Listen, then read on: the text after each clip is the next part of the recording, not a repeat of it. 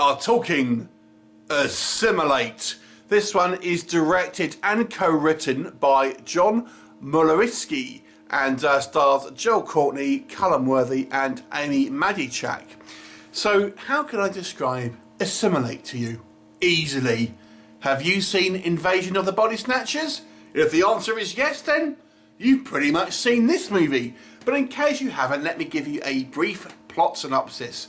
So it takes place in small town USA, and we seem to have these spores that are coming down from the sky, and we don't know what they're for first of all. And we follow these kind of three teenagers who, two of which do this kind of like this online vlog because there's not much to do in Sleepy Town, USA. But they start to notice that the townspeople seem to be acting a little weird, and there's kind of like they're acting somewhat out of character a lot of the time. And as the film progresses, kind of we understand that maybe the townspeople are actually being replaced by pod people. Yes, it's straight out of the Invasion of the Body Snatchers playbook. We don't really know the motivations, what these guys are thinking. These three of these guys will obviously rescue their family members, try and get proof out to the rest of the world, and escape with their lives without being put in these pods or what have you. So that's your basic plot premise with Assimilate. So what do we think? So the first thing that struck me, this is obviously a relatively lower budget film, but despite that, I have to say I thought the production value seemed pretty high. There is a lot of extras here. We have quite a lot of wide shots and all showing you these kind of like, all the extras kind of like moving around like ants, kind of like, when they're kind of like, being replaced with these kind of mindless kind of drones and stuff like that. So there's definitely some production value here. There's a lot of kind of like wide angle shots. When you'll see lower budget films, you'll find quite often they'll kind of stick to quite tight shots to disguise the fact that they haven't got much in the way of kind of sets and things. But this is the actual location shooting here is all pretty good. There's kind of obviously a fairly kind of like solitary kind of small town, but they've got all these satellite dishes and stuff which will come into play a little bit later on.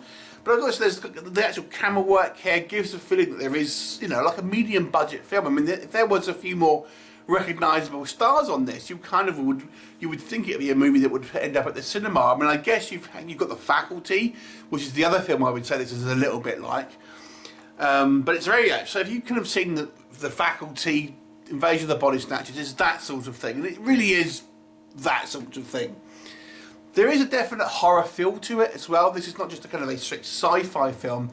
Some of the elements here are played more like a horror film. So we do get some quite kind of scary moments. And I have to say, I thought the effects work here were all pretty good, where we have the, where our pod people kind of scream with these kind of unearthly screams, and their kind of jaw becomes detached, along with these kind of like, we have these kind of bug-like creatures, a little bit like face huggers that seem to want to pinch your DNA and stuff.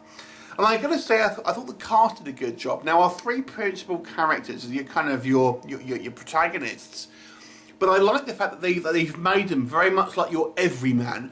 In a lot of these type of films, you'll find people have kind of extreme personalities.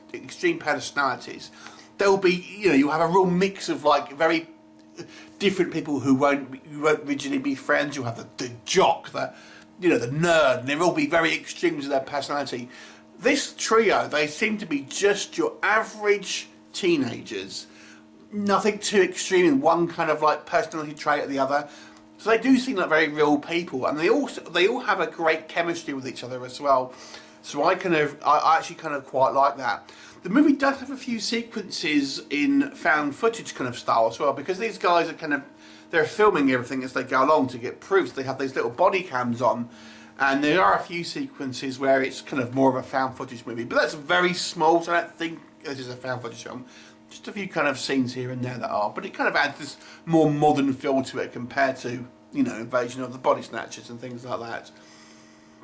So, what can I say in the negative column of this one? Well, this movie isn't very original. Let's just cut to the chase here.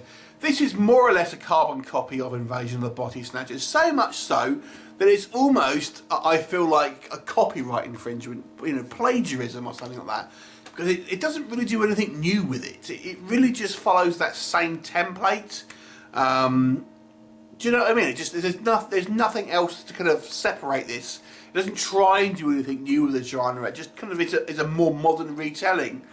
And although I'd say it's a well done film, it's just playing it quite kind of safe.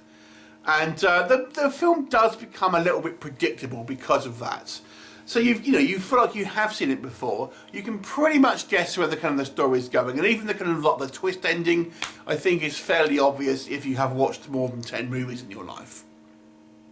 But overall, I've got to say, this was certainly an enjoyable film.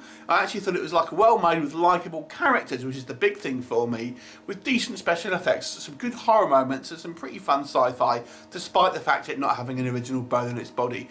So I'll give it a 7 out of 10. Have you seen it? What did you think of it? Leave me a comment and I'll look forward to seeing you next time.